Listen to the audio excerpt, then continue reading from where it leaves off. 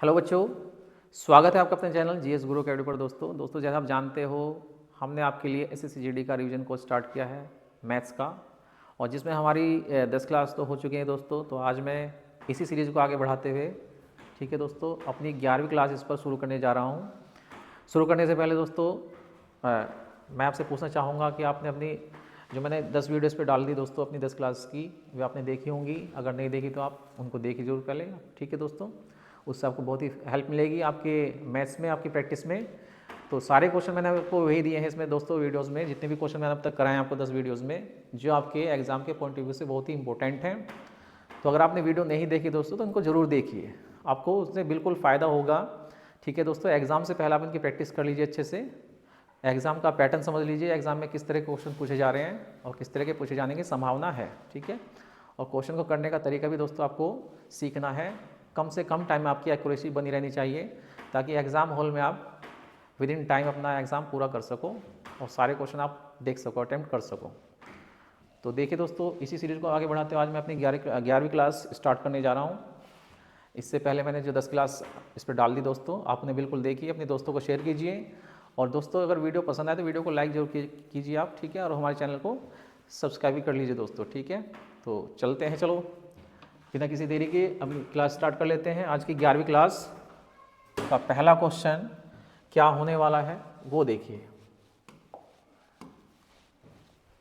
तो ये रहा आपकी आज की 11वीं क्लास का पहला क्वेश्चन। फ्रैक्शन का बोला गया है, इन फ्रैक्शन को आरोही क्रम में लिखिए। मतलब इनको आपको क्या करना है, असेंडिंग ऑर्डर में इनको सजाना है, रखना है। कौन सा ऑप्शन हमारा मैच करेगा उसको चेक कर लेना है। चलिए, तो फ्रैक्शन क्या दी गई है दोस्तों, यहाँ पे फ्रैक्शन दी है यहाँ पे 1/3, 4/7 और 2/5। दोस्तों हम इन्हें असेंडिंग ऑर्डर में तभी लगाएंगे दोस्तों जब हमें पता होगा कि छोटी बड़ी फ्रैक्शन कौन सी है। इसको पहचानने का तरीका क्या होता है, तरीके कई सारे होते हैं। जो मैं आपको बताने वाला हूँ वो तरीका आपको देखना है ध्यान से, ठीक है। वो बाकी तरीक़ों से दोस्तों आसान रहता है और सटीक रहता है, तो आप उस पर फोकस कीजिए। एलसीएम मेथड भी होता है, क्रॉस मल्टीप्लाई का मेथड भी होता है, परंतु जो तरीका मैं आपको बताने वाला हूँ आपको उस पर गौर करनी है। और एग्जाम में अगर ऐसा क्वेश्चन आ जाए तो इस तरह से आपको लगाना है। पहली फ्रैक्शन 1/3 है, दूसरी 4/7 है, तीसरी यहाँ पे 2/5 है। तो करना क्या है दोस्तों, आपको इसमें जो भी आपको फ्रैक्शन दी जाती है दोस्तों, उसके न्यूमरेटर में मतलब उसके अंश में आपको क्या करना है, अपने पास से एक एक जीरो लगा देनी है, ठीक है। और तब उसको डिवाइड करना है। जैसे 1/3 का मतलब हो गया, इसको मैं जीरो लगा देता हूँ यहाँ पे, ये हो जाता है 10/3। और इसको 3 से डिवाइड करें दोस्तों, कितना मिलेगा आपको, 3.33, और आगे चलता रहेगा। तो लगभग आपको कितना मिल गया यहाँ से, 3.3। इसकी वैल्यू इतनी आएगी दोस्तों, ठीक है। अब ऐसे यहाँ पे क्या करते हैं, 4/7, इसमें जीरो लगा लेते हैं अपने पास से, तो ये हो जाते हैं 40/7। अब इसकी वैल्यू निकाल लेते हैं यहाँ से, 7 पंजे 35, ठीक है दोस्तों, 5 बचेगा और 7 सत्ते 49, समथिंग इतना आ जाएगा 5.7। तो आप देख पा रहे हो इसकी वैल्यू ऊपर वाले से बड़ी है, इसका मतलब ये फ्रैक्शन इस वाले से बड़ी है। ऐसे कर लेते हैं दोस्तों 2/5 को। तो 2/5 का क्या मिलेगा आपको, उसको भी देखिए। जीरो अपने पास से मैंने लगाया यहाँ पे, और 5 से इसको डिवाइड करेंगे तो ये पूरा पूरा कट जा रहा है यहाँ पे, इसका मान कितना आ जाएगा, 4। तो 20/5 की वैल्यू 4 आ गई। तो अब इसमें आसानी से देख सकते हो कौन सी भिन्न आपकी सबसे छोटी है, कौन सी बड़ी, ठीक है। तो यहाँ पे हम देख पा रहे हैं, यहाँ पे जो हमारा 1/3 था दोस्तों, उससे हमें क्या वैल्यू मिली है, 3.3, जो हमने जीरो लगा के बनाई है। तो ये वैल्यू इन बाकी दो वैल्यू से कम है। इसका मतलब ये हुआ दोस्तों, ये भिन्न आपकी सबसे छोटी होगी, ठीक है दोस्तों।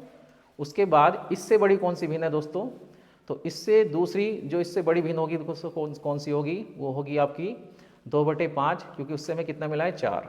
और जो सबसे बड़ी फ्रैक्शन होगी हमारी वो क्या होगी यहाँ पे, वो होगी 4/7, क्योंकि 4/7 से मुझे क्या मिला यहाँ पे दोस्तों, जीरो लगाने के बाद में 5.7 मिला है। तो इन तीनों फ्रैक्शन में सबसे छोटी 1/3 है दोस्तों, सबसे पहले ये आएगी, उसके बाद 2/5 और इसके बाद आपका 4/7, ठीक है दोस्तों।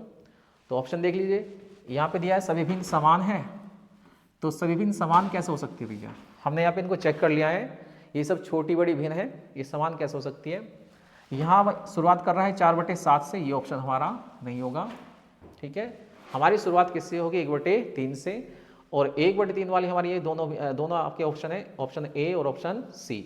इन दोनों में से हमें कोई एक आंसर चूज करना है। तो सबसे छोटी हमारी ये होगी, उसके बाद इससे बड़ी कौन सी होगी, 2/5। 1/3 के बाद में 2/5 ऑप्शन नंबर सी पे आ रहा है। इसका मतलब ये हो गया, ये हमारा आरोही क्रम होगा इन तीनों फ्रैक्शंस का। तो इस तरह से आपको क्वेश्चन लगाना था। ये इसका सही आंसर ऑप्शन नंबर सी है। तो चलिए चलते हैं अगले क्वेश्चन पर। नेक्स्ट क्वेश्चन क्या है, 100 तथा 400 के मध्य सभी नेचुरल नंबर का योगफल हमें ज्ञात करना है जो 13 से विभाज्य हो।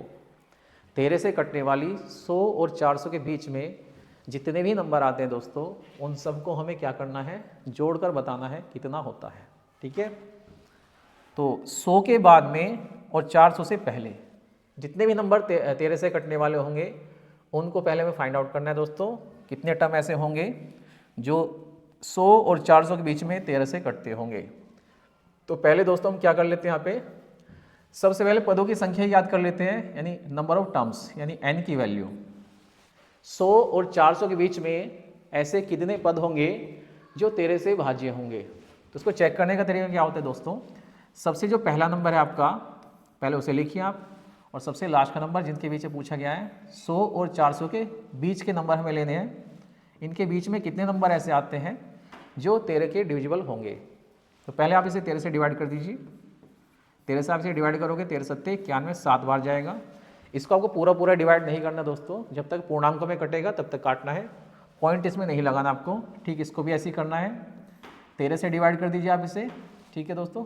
13 × 3 = 39, बचेगा 1, उतार लेंगे 0, 10 हो जाएगा।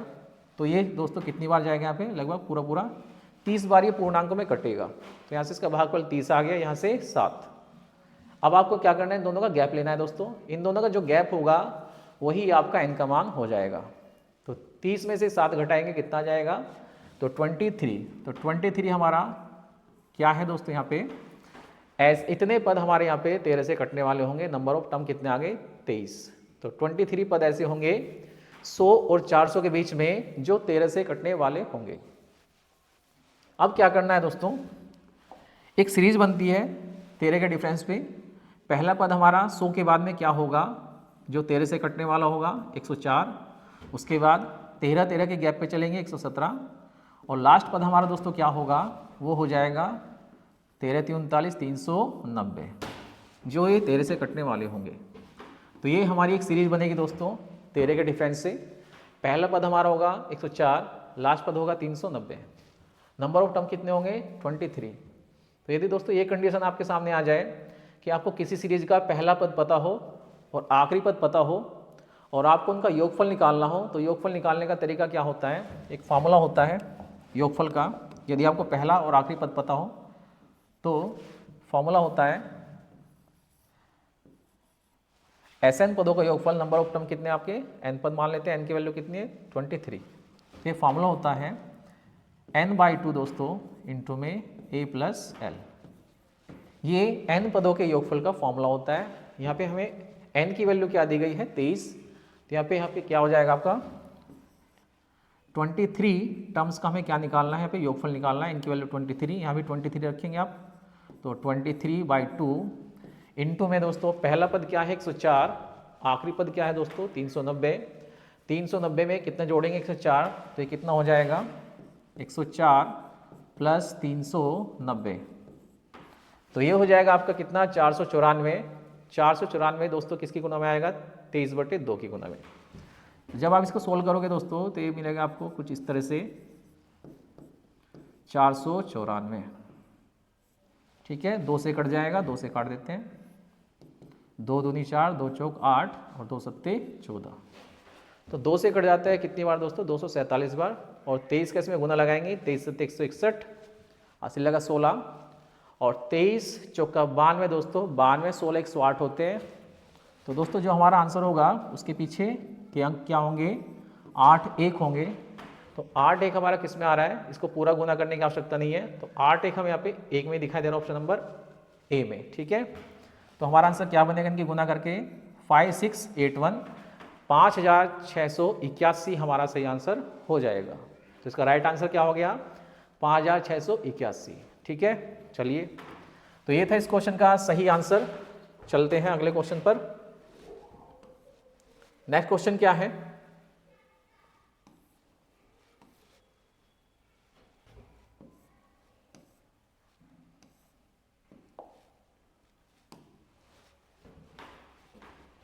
ये रहा आपका अगला क्वेश्चन। क्वेश्चन में दिया है रेवा के पास दो तरह के जानवर हैं दोस्तों, दो तरह के जानवर, एक 2 पैर वाले और दूसरे 4 पैर वाले। 2 पैर वाले और 4 पैर वाले जानवरों का क्वेश्चन दोस्तों कई बार आता है एग्जाम में। इसमें कभी कभी क्या होता है, एक तरफ पुरुष हो जाते हैं, दूसरे कोई पशु हो जाते हैं 4 पैर वाले, और 2 पैर वाले इंसान भी हो सकते हैं और कुछ ऐसे जानवर भी ले सकते हैं। तो यहाँ पे ये दोनों ही क्या दोस्तों जानवर लिए हैं, यहाँ पे दोनों ही पशु लिए हैं। कुछ मुर्गियाँ हैं और कुछ बकरियाँ। मुर्गियाँ 2 पैर वाली और बकरियाँ 4 पैर वाली।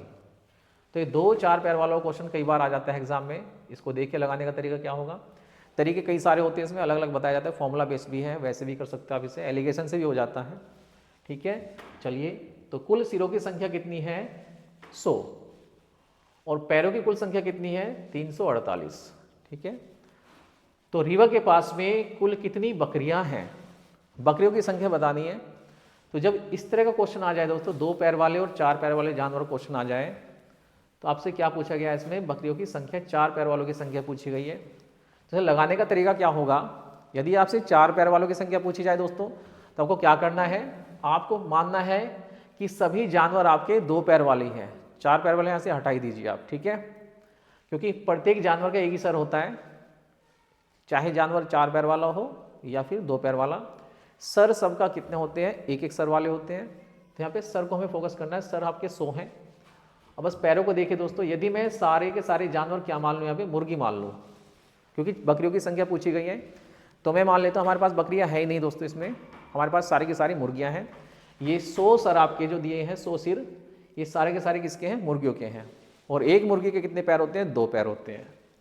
तो 100 मुर्गे के कितने पैर होने चाहिए थे दोस्तों, यहाँ पे 200 पैर। कितने, 200। एक मुर्गी के 2 पैर, तो 100 मुर्गी के कितने, 200 पैर। परंतु हमारे पास कितने पैर है दोस्तों, यहाँ पे हमारे पास टोटल पैर दिए यहाँ पे 348। कितने हैं, 348 पैर दिए हैं। तो 200 से कितने ज़्यादा पैर हो गए यहाँ पे दोस्तों, तो यहाँ पे आप देख सकते हो 148 पैर हमारे ज़्यादा हो जाते हैं। यदि हम सबको मुर्गी मान लें यहाँ पे कि हमारे पास 100 की 100 मुर्गियाँ हैं, तो हमारे पास टोटल पैर हो जाते हैं उनके 200, जबकि पैर दिए हैं कितने, 348। तो कितने ज़्यादा पैर दिए हैं, 148 ज़्यादा पैर हो गए। ठीक है, एक मुर्गी और एक बकरी के पैरों में अंतर कितना होता है, 2 पैरों का। बकरी के पैर 4 होते हैं, मुर्गी के 2 होते हैं। तो यदि एक मुर्गी को एक बकरी से ट्रांसफ़र कर दिया जाए दोस्तों, तो कितने पैर कम हो जाएंगे। मैंने एक बकरी को हटा दिया, उसकी जगह मुर्गी ले ली, तो बकरी गई 4 पैर वाली और मुर्गी आ गई 2 पैर वाली। तो एक बकरी एक मुर्गी को इंटरचेंज करने पर कितने पैर कम हो जाते हैं, 2 पैर। और यहाँ हमारे कितने पैर कम हो गए, मैंने सारी सारी बकरियाँ इंटरचेंज कर दी। ठीक है दोस्तों, तो कितनी बकरियाँ मैंने इंटरचेंज की होंगी, ताकि हमारे पैरों में कितना अंतर आ गया, 148 का। तो बस इसमें यही कंसेप्ट है दोस्तों। करना क्या होता है, जिस प्रकार के जानवर की संख्या आपसे पूछी जाती है, चाहे 2 पैर वाले या फिर आपके 4 पैर वाले, इसमें आपसे 4 पैर वालों की संख्या पूछी है, तो आप मान सकते हो कि सारे जानवर आपके पास 2 पैर वाले हैं। ठीक है, यानी कि सारे के सारे आपकी क्या हैं, मुर्गियां हैं। अगर ये 100 की 100 मुर्गियां होती, तो इनके पास कुल कितने पैर होते, इनके पास 2 गुना 100। एक मुर्गी के 2 पैर होते हैं दोस्तों, तो इनके पास कितने पैर होते हैं दोस्तों, इनके पास होते टोटल 200 पैर। ठीक है, लेकिन ऐसा नहीं है, इन 100 सिरों में दोस्तों कुछ सिर ऐसे भी हैं जो किसके हैं, बकरियों के हैं। तो बस हम बकरियों की संख्या निकालनी है। हमने यहाँ पे सारी की सारी मुर्गियाँ मान ली। अगर ये सारी मुर्गी होती तो 200 पैर होते, परंतु पैर कितने हैं, पैर यहाँ पे दोस्तों कितने हैं, दिए हैं 348। तो आपको इनका गैप लेना है। 200 पैर और 300 पैर में कितना गैप आ गया दोस्तों, इनका अंतर आपको लेना है 148 का। 148 पैर आपके कम हो गए। क्यों कम हो गए दोस्तों, क्योंकि हमने बकरी की जगह क्या ले लिया, सबको मुर्गी ले लिया है। ठीक है, एक बकरी और एक मुर्गी के पैरों में कितना अंतर होता है, 2 पैरों का। और यहाँ कितना अंतर है दोस्तों, 148 का। तो दो पैरों का अंतर हमारा किसके बराबर होगा, 148 के। एक बकरी हटाने पर दो पैर कम हो जाते हैं। तो 148 पैर कम करने के लिए दोस्तों कितनी यहाँ पे बकरियाँ हटानी पड़ेंगी, देखते हैं। काटो आप इसे, 2 से काट लेते हैं। 2 सत्ते 14 और 2 चौक 8। तो ये हो गया आपका आंसर। हमारे पास कितनी बकरियां हैं, तो 74 बकरियां जो हमने हटा दी यहाँ से। ठीक है दोस्तों, 148 पैर कम होने का मतलब है दोस्तों कि यहाँ से हमने 74 बकरियां हटा दी। ठीक है, तो इसका सही आंसर क्या होगा, सही आंसर हो जाएगा 74। तो आपको इस प्रकार के क्वेश्चन को इस तरह हल करना है। ठीक है, आइए भाई। तो दोस्तों ये आपका अगला क्वेश्चन है। तो देखिए क्वेश्चन में क्या बोला गया है। इसमें दोस्तों 3 स्टेटमेंट दिए गए हैं। पूछा गया है कौन सा कथन सही है, कौन कौन से गलत है। ठीक है, ऑप्शन दिए हैं तो हमें चेक करना है कौन सा सही होगा, कौन सा इसमें गलत है। पहला कथन क्या है, 72 के कुल 12 धनात्मक गुणनखंड होते हैं। क्या ये बात सही है, पहले इसको चेक कर लेते हैं दोस्तों। ये कह रहा 72 के कुल 12 गुणनखंड होते हैं।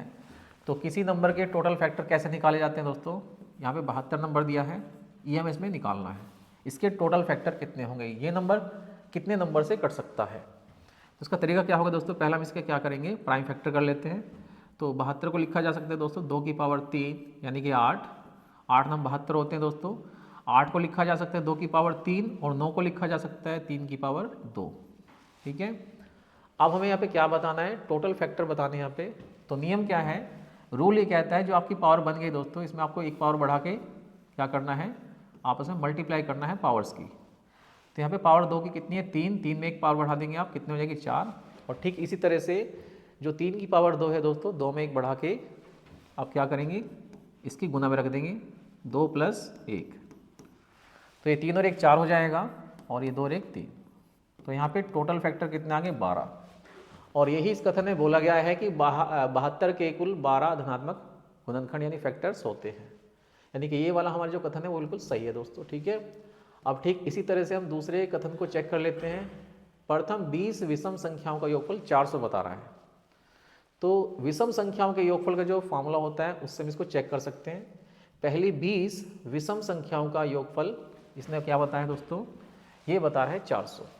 तो विषम संख्याओं का योगफल का जो फॉर्मूला होता है उससे हम इसे चेक कर सकते हैं क्या ये कथन हमारा सही है। तो ऑड नंबर्स का जो फॉर्मूला होता है दोस्तों, n ऑड नंबर्स का, ठीक है, n ऑड नंबर्स का जो आपका फॉर्मूला होता है क्या होता है, वो होता है n²। क्या होता है, n²। ठीक है, इसको आप हिंदी में लिख सकते हो, प्रथम n विषम संख्याओं का योगफल, संख्याओं का योग क्या होता है। तो ये हो जाता है हमारा कितना, बराबर होता है n² के। यहाँ n क्या है, n यहाँ पर है पदों की संख्या, नंबर ऑफ टर्म्स। तो शब्द कितने, पद कितने दोस्तों, यहाँ पे 20 पद हैं। तो 20 का स्क्वायर कितना हो जाएगा, 400।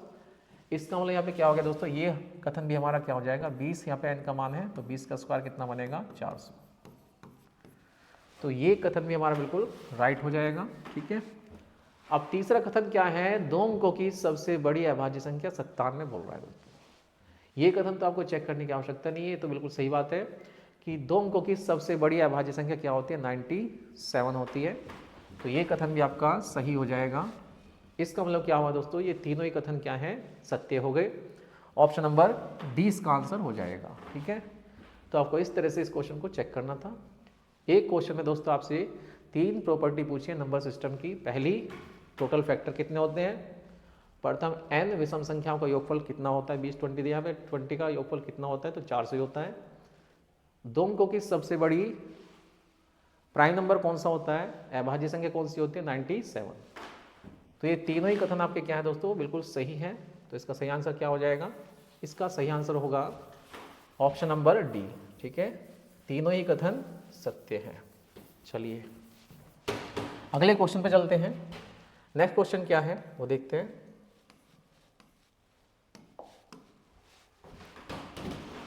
क्वेश्चन में दिया गया है दोस्तों 263 की पावर 149 प्लस 263 की पावर 150 प्लस 263 की पावर 151 में इकाई अंक क्या होगा। इस क्वेश्चन में आपसे इकाई अंक पूछा है, यूनिट डिजिट पूछा है, ठीक है। तो यूनिट डिजिट निकालने का तरीका जहाँ तक मैं समझता हूँ दोस्तों, आप सभी को पता होगा पावर वाले नंबर का यूनिट डिजिट कैसे निकाला जाता है। यदि आपकी पावर 4 से बड़ी होती है दोस्तों, तो आपको क्या करना होता है, पावर्स को 4 से डिवाइड करके जो रिमेनिंग आपका बचता है उसको पावर मानकर आपको यूनिट डिजिट निकालना पड़ता है। तो वही नियम यहाँ पे लग जाएगा। यहाँ पे बेस सबका समान है, बेस सबका क्या है दोस्तों 263। तो पहला जो आपका 263 नंबर है दोस्तों, इसकी पावर कितनी है, यहाँ पे 3 की पावर मान लेते हैं दोस्तों। इन नंबर को छोड़ दीजिए, इनसे कोई मतलब नहीं होता हमें मतलब है इकाई के अंक से, मतलब यूनिट डिजिट से, ठीक है। तो ये हमारी पावर इसके ऊपर हो जाती है, प्लस यहाँ है 3 की पावर 150, यहाँ पर है दोस्तों 3 की पावर 151, 151। अब इन पावर को 4 से डिवाइड कर लेते हैं। 4 से डिवाइड करेंगे 49 को तो 3 की पावर 1 होगी।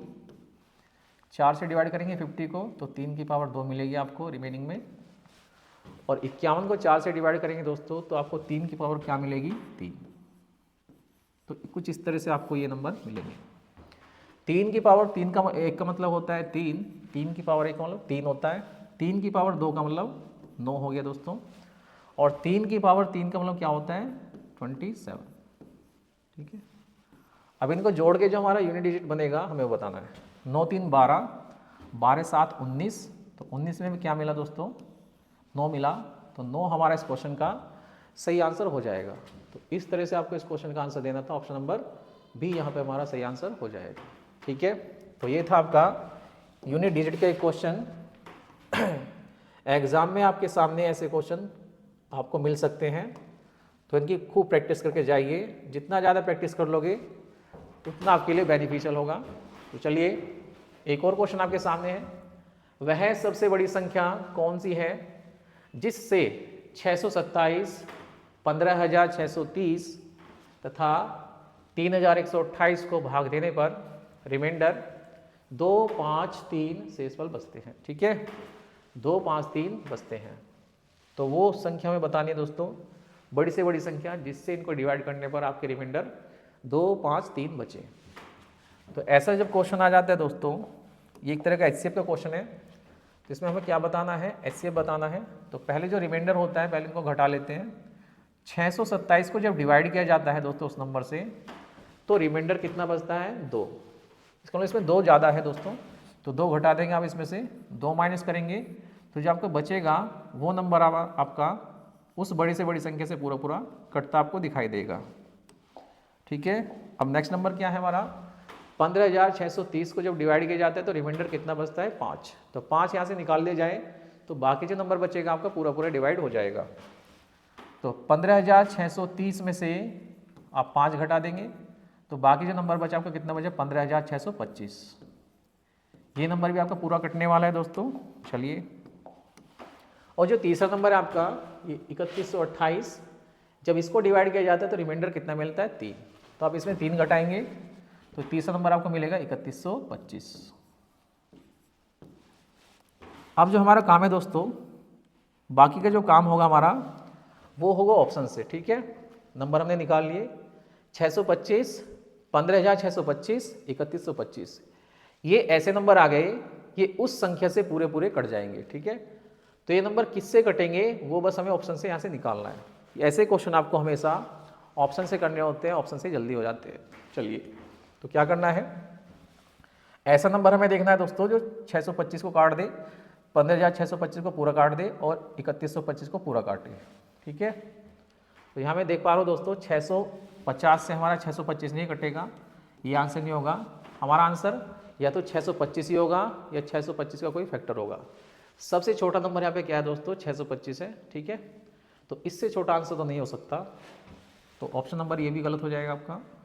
इससे हमारा ये कटेगा नहीं दोस्तों, तो एक ही ऑप्शन बचा, ऑप्शन नंबर बी। तो इस तरह से आप ऐसे क्वेश्चन को आसानी से ऑप्शन से, ठीक है, लगा सकते हो, उनको उड़ा सकते हो, उनका आंसर दे सकते हो। तो सेकंडों में आप इसका आंसर दे जाओगे, ठीक है। तो इस तरह के क्वेश्चन जब भी आ जाए आपके सामने, एचसीएफ का ये क्वेश्चन है दोस्तों, मैक्सिमम आपसे पूछा है बड़ी से बड़ी संख्या नहीं, आपको इसमें एचसीएफ निकालना था, तो 625, 15,625 और 3125। इनका हमें क्या बताना था, HCF बताना था। तो HCF कितना आ गया, 625। तो इस क्वेश्चन का आंसर आपका 625 हो गया। आगे चलते हैं, अगला क्वेश्चन आपके लिए लगा देता हूँ। नेक्स्ट क्वेश्चन क्या है आपका, वो देखिए दोस्तों, रेशो प्रोपोर्शन का क्वेश्चन है। बड़े ध्यान से देखिए क्वेश्चन को, वेरी वेरी इंपॉर्टेंट क्वेश्चन आपके एग्जाम के पॉइंट ऑफ व्यू से। तो एक एक क्वेश्चन को बड़े ध्यान से प्रैक्टिस करके जाइए, पूरी वीडियो को आप अंत तक देखा करो। सारे क्वेश्चन आपके लिए बड़े बेनिफिशियल होते हैं, एक भी क्वेश्चन आपके लिए हल्के में नहीं है। तो सारे क्वेश्चन को आपको सीरियसली अच्छे से पढ़ना है। A अनुपात B दिया है 2:3, B अनुपात C दिया है 4:5, C अनुपात दिया है C अनुपात D दिया है 6:7। A + B + C अपॉन में D की वैल्यू हमें बतानी है। तो दोस्तों इनकी वैल्यू हम तभी बता पाएंगे जब हम इनका क्या निकाल लेंगे, रेशो। ठीक है, तो हमें क्या करना है, इसमें 2-2 का रेशो यहाँ पे दिया है, हमें चारों का रेशो एक साथ चाहिए, ABCD का। चलिए, तो ABCD के जो रेशो बनाने हैं आपको, वो किस तरह बनाने, वो देखिए आप। AB का रेशो कितना दिया है आपको, 2:3। BC का कितना दिया है, BC का दिया है 4:5। और CD का कितना दिया है, CD का रेशो दिया है आपको 6:7। ये रेशो दिए हैं। अब हमें क्या बनाना है, ABCD का रेशो बनाना है। तो कैसे बनाना है दोस्तों, पहले आप क्या करें, यहाँ पे B को इक्वल कर लीजिए, क्योंकि B यहाँ भी है यहाँ भी है, और C को इक्वल कर लीजिए। ठीक है, तो इसका इक्वल करने का तरीका क्या होगा, B को इक्वल करेंगे तो 3 और 4 का एलसीएम ले लेंगे यहाँ पे। जैसे मैं यहाँ पे B को इक्वल करता हूँ दोस्तों, तो ये हमारा हो जाएगा 4 से इसमें गुना लगाएंगे, 4 से इसमें। B को मैंने इक्वल कर लिया, 4 से ऊपर गुना कर दें दोस्तों, 4 × 12। अब इसको 12 बनाने के लिए 3 से इसमें गुना करेंगे आप, 3 से इसमें। तो यहाँ हमारा B तो हो गया इक्वल। अब बात आती है C को इक्वल करने की। C की वैल्यू यहाँ पे कितनी बन गई, 15, और यहाँ C की वैल्यू कितनी है, 6। तो 15 6 का जो एलसीएम आएगा वो 30 बनेगा। तो इसको 30 बनाना होगा, 5 से इसमें गुना लगाएंगे, 5 से इसमें। ठीक है दोस्तों, अब मैंने इसको 30 बना दिया, ये हमारा 15 है, इस 15 को भी 30 करना है, तो 2 से इसमें गुना लगाएंगे फिर से, और 2 से इसमें, और 2 से इसमें हो जाएगी, और ठीक 2 से ही आपकी इसमें।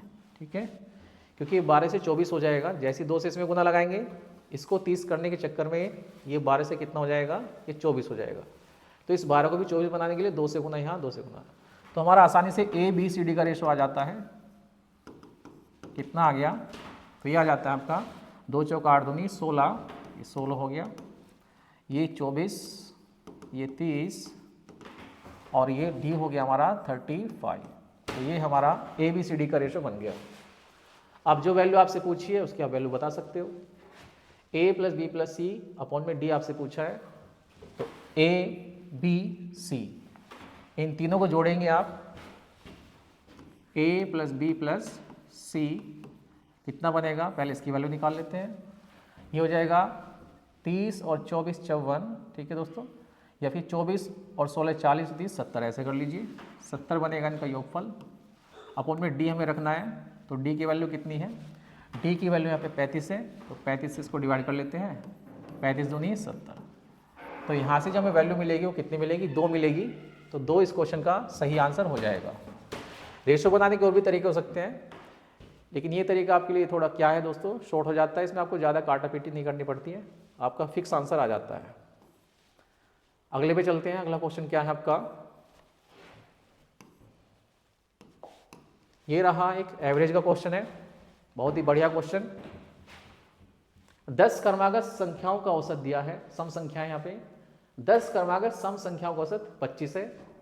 यदि इन संख्याओं में सबसे छोटी संख्या से अगली संख्या को और शामिल कर लिया जाए तो नया औसत क्या होगा, आपसे ये पूछा है।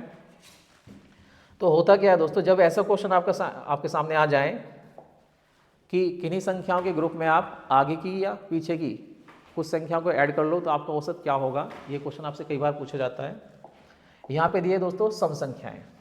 तो इसको बताने से पहले मैं आपको कुछ बातें बताना चाह रहा हूँ, पहले उसको समझ लीजिए, इसका आंसर आप ओरली दे पाओगे फिर।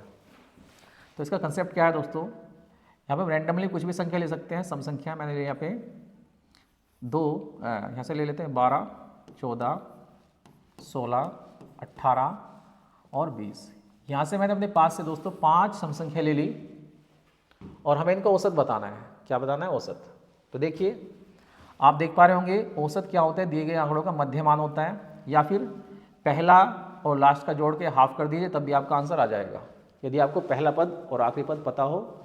और ये आपकी एक सीरीज बनती हो दोस्तों, बराबर अंतर पे चल रही हो, और ये एक सीरीज बन रही हो बराबर डिफरेंस पर, तो पहला और आखिरी आप इन दोनों को प्लस करके इनका सीधा एवरेज बता सकते हो। तो एवरेज क्या बनेगा इनका? तो 12 और 20 अपॉन में 2, ठीक है, पहला और आखिरी बटे में 2, तो इनका एवरेज बनेगा कितना दोस्तों? 16। 20 और 12 कितने होते हैं? 32 का आधा 16, ठीक है। और वैसे आप देख सकते हैं यहाँ पे हमारा जो मध्यमान कितना आ रहा है, इस सीरीज में 2 पद इधर छोड़िए, 2 पद इधर छोड़ दीजिए, बीच में क्या आ रहा है? इन आंकड़ों का मध्यमान भी 16 है। तो आप ये कह सकते हो इन 5 क्रमागत कौन दोस्तों क्या है? ये 5 क्रमागत क्या है? सम संख्या है। इनका जो मध्यमान है यानी कि इनका जो एवरेज है कितना आ रहा है? 16। अब ठीक जैसे उसने बोला है दोस्तों, क्या बोला है इसने बोला है यदि इसमें आगे की सबसे छोटी संख्या क्या है? 12, इससे आगे की इससे छोटी संख्या क्या होगी? जो सम होगी वो क्या होगी? 10। यदि मैं इससे आगे की संख्या को भी शामिल कर लूँ इसमें, तो मेरा नया औसत क्या होगा? ठीक है, तो आप देख पा रहे दोस्तों, यदि मैं इसमें एक आगे की संख्या प्लस कर लेता हूँ तो अब मेरा औसत क्या होगा दोस्तों? देखिए अब यहाँ से आसानी से बीच की संख्या नहीं निकलेगी दोस्तों, इसमें 6 पद हो गए, 3 इधर छोड़ेंगे 3 इधर, ठीक है, तो बीच का नहीं मिल पाएगा आसानी से। तो क्या करेंगे?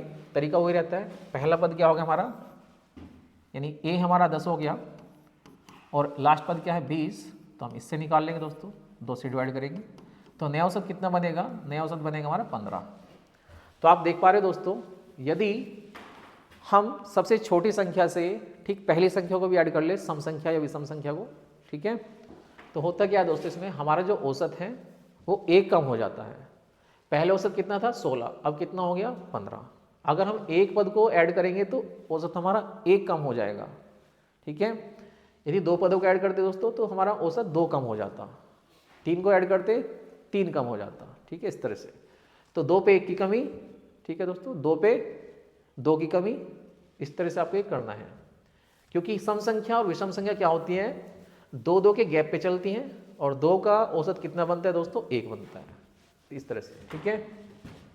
तो यहाँ पे यही बोला गया है। अब आप इस क्वेश्चन का सही आंसर दे सकते हो आसानी से। क्वेश्चन में दिया है 10 क्रमागत सम संख्याओं का औसत कितना है? 25। यदि इन 10 संख्याओं में सबसे जो छोटी संख्या दोस्तों, ये 10 संख्या में मान लेता हूँ, 10 संख्या हमारी कुछ इस तरह से है, आप इन्हें इस तरह बना सकते हो, 3 3 6 3 9 और 1 10। इसमें जो सबसे छोटी संख्या होगी ये वाली होगी, इससे ठीक पहली संख्या को भी शामिल कर लिया जाए तो ये संख्या हो जाएंगी 11। टोटल संख्या हो जाएंगी 11, 10 पहले थी, एक और शामिल कर ली, 11 संख्या हो गई। जब ये 10 संख्या है तो औसत कितना है? 25। एक संख्या और शामिल कर लेंगे दोस्तों तो नया औसत क्या होगा? बताइए नया औसत क्या होगा? तो नया औसत हमारा 1 कम हो जाएगा, 1 कम हो जाएगा, 25 से घटकर कितना रह जाएगा? 24 रह जाएगा। तो 24 इस क्वेश्चन का सही आंसर हो जाएगा। तो ये आपका ऐसा क्वेश्चन था दोस्तों, इसमें आप ओरली इसका आंसर दे सकते हो, ठीक है। ये इसकी थ्योरी है, अगर आपकी थ्योरी पता है तो आप इसका आंसर ओरली दे जाओगे। अब बात आती है दोस्तों, इसको जिन बच्चों को इस थ्योरी का नहीं पता होगा वो इसको कैसे करेंगे। इसका दूसरा तरीका क्या होगा जिससे आप इसका आंसर दे जाओगे? यदि आपको कुछ क्रमागत संख्याओं को औसत दिया जाए दोस्तों, और वे सम या विषम हो, क्रमागत भी हो या सम हो या विषम हो, तो आप छोटी बड़ी संख्या आसानी से निकाल सकते हो। निकालने का तरीका क्या होगा वो देखिए। आपको यहाँ पे पदों की संख्या कितनी दी गई, नंबर कितने आपके पास यहाँ पे, तो नंबर आपके टोटल कितने हैं? 10, ठीक है। और ये इवन नंबर है दोस्तों, इनका एवरेज कितना है? तो एवरेज दिया है 25। अब जो आपको बात बताने वाला हूँ उससे भी आप इस क्वेश्चन का आंसर आसानी से दे जाओगे, ठीक है। कुछ ही सेकंडों में आप इसका आंसर दे सकते हो, तो बस ध्यान से आपको देखना है जो आपको बताने वाला हूँ। तो दोस्तों देखिए, ये 10 संख्या का एवरेज कितना है? 25 है। हमें क्या करना है, जितने नंबर बोलेगा, पदों की संख्या जितनी बोलेगा, ठीक उससे 1 कम कर लीजिए आप, ठीक है। कितना कम करेंगे? 1। अगर आपके 10 पद है दोस्तों तो इसमें से 1 घटाने के बाद कितने रह जाएंगे? 9 रह जाएंगे, ठीक है। तो हम क्या करेंगे दोस्तों, इसमें से 1 पद घटाकर हम पता कर सकते हैं सबसे छोटी संख्या कौन सी होगी। इसमें से आप 1 घटाओगे तो नंबर कितने रह जाएंगे आपके पास? 9, नंबर 9 रह जाएंगे। अगर आपसे छोटी संख्या पूछता है, स्मॉलेस्ट नंबर पूछता है, तो स्मॉलेस्ट नंबर निकालने का तरीका क्या होता है इसका, इधर देखिए, इस 9 को आप किस में से घटा देंगे, एवरेज में से घटा देंगे, तो आपको क्या मिलेगा दोस्तों, 25 में से 9 जाएगा, कितना बचेगा, 16। तो इस सीरीज का, इन 10 अंकों की सीरीज का सबसे छोटा नंबर क्या होगा, 16 हो जाएगा, ठीक है।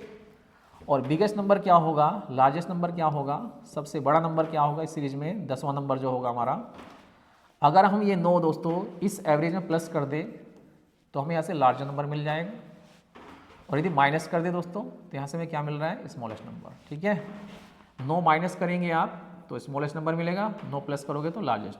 तो 25 9 कितने होते हैं, 34, तो बड़ा नंबर क्या होगा आपका, 34, ठीक है। तो जब ऐसा क्वेश्चन आ जाता है, आपसे छोटी बड़ी संख्या पूछ ले तो आप इस तरह निकाल सकते हो।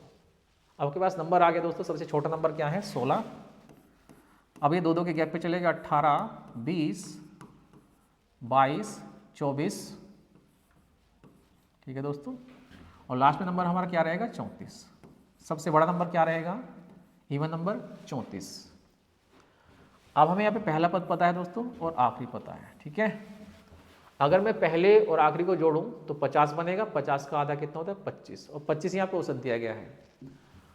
क्वेश्चन के हिसाब से बोला गया है अगर इस छोटी संख्या से ठीक पहली संख्या भी ले लें तो नया औसत क्या होगा। तो ये नंबर हमारे 10 है दोस्तों, इससे पहला क्या आता है, 14। यदि मैं 14 को भी शामिल कर लूँ तो अब मेरा नया औसत क्या बनेगा दोस्तों, तो देखिए आप 34 और 14 कितने होते हैं, 34 14 कितने होते हैं, 48। तो मेरा नया औसत क्या बनेगा दोस्तों, a प्लस एल, ये a हो गया, ये l हो गया, तो 14 प्लस 34 बटे में 2। फॉर्मूला कौन सा लगता है, a प्लस एल बाई 2। इसको मैं अप्लाई कर रहा हूँ यहाँ पे, इससे हमारा एवरेज सीधा निकल जाता है। एवरेज का फॉर्मूला है ये, इससे आप इसको निकाल सकते हो। तो नया एवरेज क्या बनेगा आपका, 24। 34 और 14 48, 48 को आप 2 से डिवाइड करोगे तो आपका आंसर कितना आएगा, 24। तो इस तरह आप इसका आंसर दे सकते हो, ठीक है। बस आपको यहाँ पे छोटी संख्या और बड़ी लास्ट वाली संख्या पता हो, बाकी संख्या आप 2 के गैप पर, 1 के गैप पर, या फिर विषम संख्या में 2 के गैप पे निकाल सकते हो। सम संख्या हो, विषम संख्या हो, क्रमागत संख्या हो, नेचुरल नंबर आपके सब पे लागू होता है, आपको टेंशन लेने की आवश्यकता नहीं है। इससे आप with in second largest number, smallest number भी निकाल सकते हो और टोटल नंबर्स भी निकाल सकते हो, और उन सबको, ठीक है दोस्तों, बता भी सकते हो कौन कौन सा नंबर कितना है। तो चलिए अगले क्वेश्चन पे चलते हैं। ये था आपका इस क्वेश्चन का सही आंसर।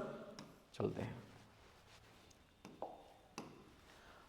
कार्य समय का ये क्वेश्चन है आपके लिए, और बढ़िया क्वेश्चन है, लगा के देखिए आप इसे। ए बी सी 3 लोग हैं, किसी काम को 4 28 56 में करते हैं, ये इनके दिनों की संख्या है। एक साथ मिलकर काम करने पर वे उसी काम को, वही काम है, जब तीनों मिलकर करेंगे तो कितने दिन में निपटा लेंगे, ठीक है। तो ये इसका हमें बताना है आंसर क्या होगा। क्वेश्चन ये है, तीनों मिलकर काम को कितने दिन में करेंगे, हमें ये बताना है। तो ए का टाइप कितना दिया है, काम बना लेते हैं पहले, जो काम इनसे कराना है 4 दिन। बी कितने में करता है, बी करता है इस काम को 28 में, और सी करता है इसी काम को 56 दिन में।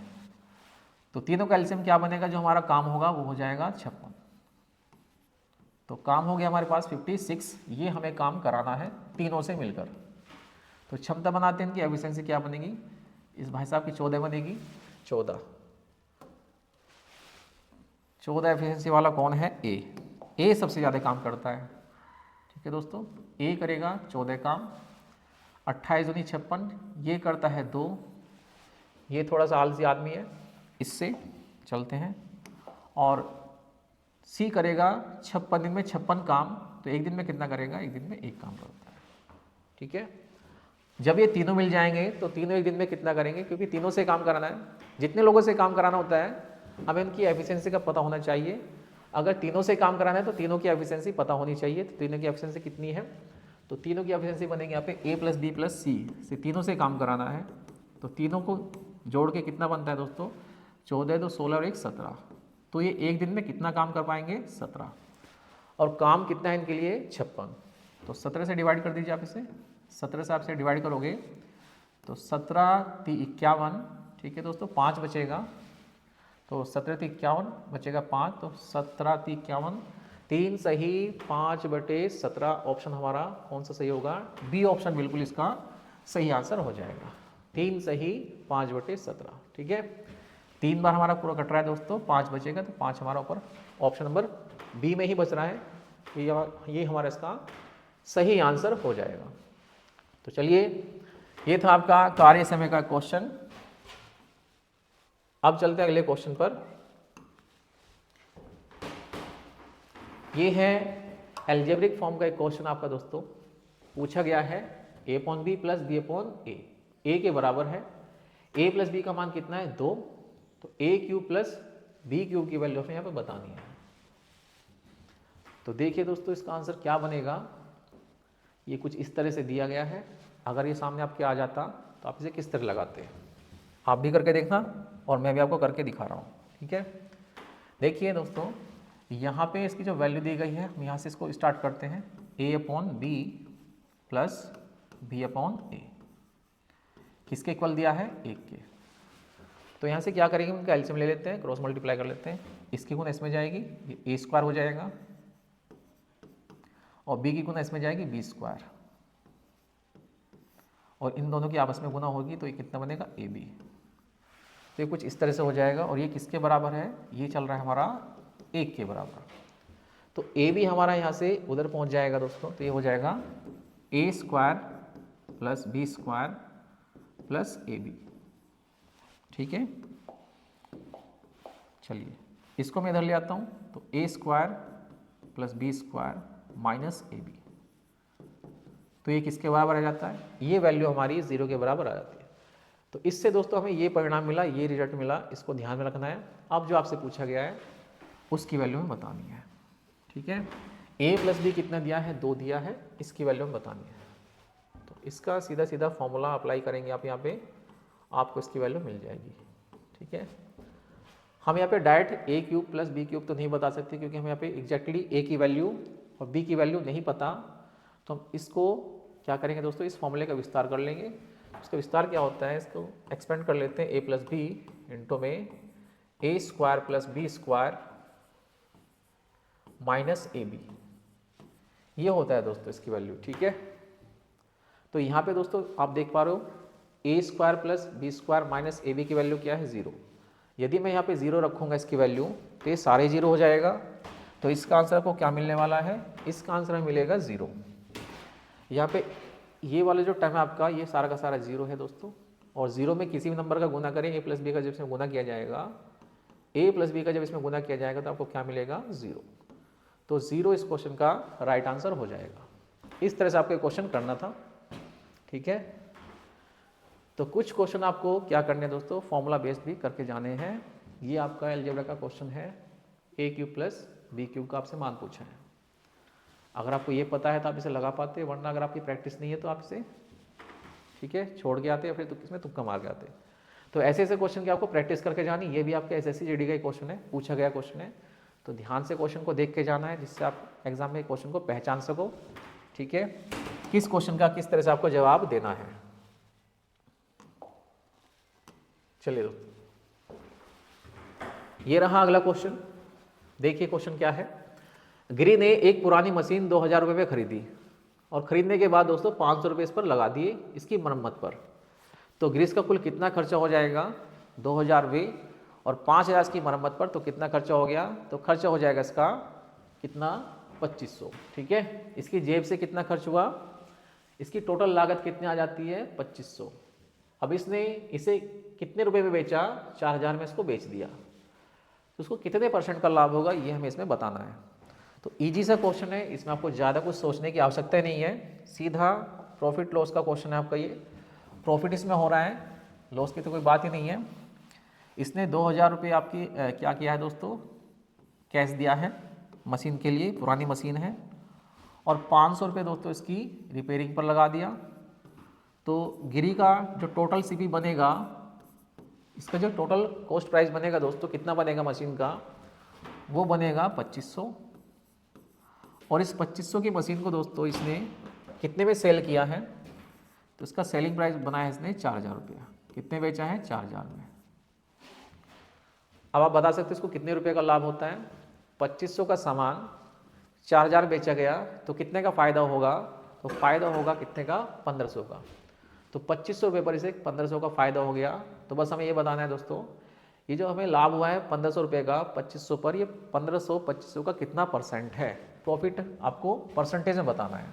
तो प्रॉफिट परसेंटेज क्या होता है, प्रॉफिट अपॉन में सीपी। प्रॉफिट हमारा कितना है दोस्तों 1500 और सीपी कितना है 2500, मल्टीप्लाई में क्या करेंगे 100। बस इसको सोल्व करना है और सोल्व करके आपको जो आंसर मिलेगा उसको बताना है। तो 0 से 0 कट जाती है, 25 चौका 100 और 15 चौका 60, तो 60% इस क्वेश्चन का राइट आंसर हो जाएगा ऑप्शन नंबर बी। ठीक है, समझ आ गया दोस्तों। इस तरह से आपको क्वेश्चन करने होते हैं और आपकी प्रैक्टिस ऐसी ही होनी चाहिए ताकि आप देखते क्वेश्चन को समझ जाओ कि आपको इसका जवाब किस तरह से देना है। एक और क्वेश्चन आपके लिए लगा रहा हूँ ताकि थोड़ी और अच्छी प्रैक्टिस आपकी हो जाए प्रॉफिट लॉस पर। प्रॉफिट लॉस के क्वेश्चन थोड़े ज़्यादा आते हैं तो आपको इनको तो अच्छे से देख के जाना है। एक वस्तु का अंकित मूल्य उसके क्रय मूल्य का 7/5 है। यदि अंकित मूल्य पर 20% की छूट दे दी जाए तो लाभ प्रतिशत क्या होगा, ये हमें बताना है। तो यहाँ जो दिया गया है दोस्तों, यहाँ पे दिया गया है सीपी और एमपी का रेशो, एक तरह से क्रय मूल्य का 7/5 हमारा क्या है एमआरपी है।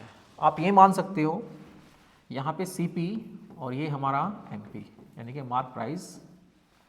सीपी यदि हमारा 5 है जो कि दिया गया नीचे, एमपी हमारा इसका क्या है 7/5 यानी हमारा एमपी हो जाएगा 7। ये हमारा रेशो हो जाता है। आप थोड़े 0 बढ़ा सकते हो ताकि हमारी कैलकुलेशन थोड़ी इजी रहे, पॉइंट ना लगे। तो पॉइंट को इग्नोर करने की वजह से हम क्या करते हैं, अपने पास से यहाँ पे 0 ऐड कर सकते हैं। ठीक है, तो चलिए आगे चलते हैं। अंकित मूल्य पर 20% की छूट दी जाती है दोस्तों, ये हमारा अंकित मूल्य है। और डिस्काउंट हमेशा किस पे दिया जाता है, डिस्काउंट हमेशा अंकित मूल्य पर ही दिया जाता है। तो इसका 20% कितना होता है वो घटा देंगे, या फिर आप सीधा इसका 80% निकाल लीजिए। ये अपने आप में 100% है, इसमें से 20% हटा देंगे दोस्तों, कितना रह जाएगा ये 80%। तो 70 का 80% कितना होता है, इसका सीधा 20% मैंने माइनस कर दिया। इसमें से 70 में से इसका 20% घटेगा तो कितना रह जाएगा इसका 80%। तो 80% कितना होगा इसका 56 रुपया। ठीक है, 8 सत्ते 56 या 20 सत्ते 40, 14 रुपये घट जाएंगे। 70 का 20% होता है 14 रुपया, 14 इसमें से घटेगा तो कितने पड़ेगा ये 56 का।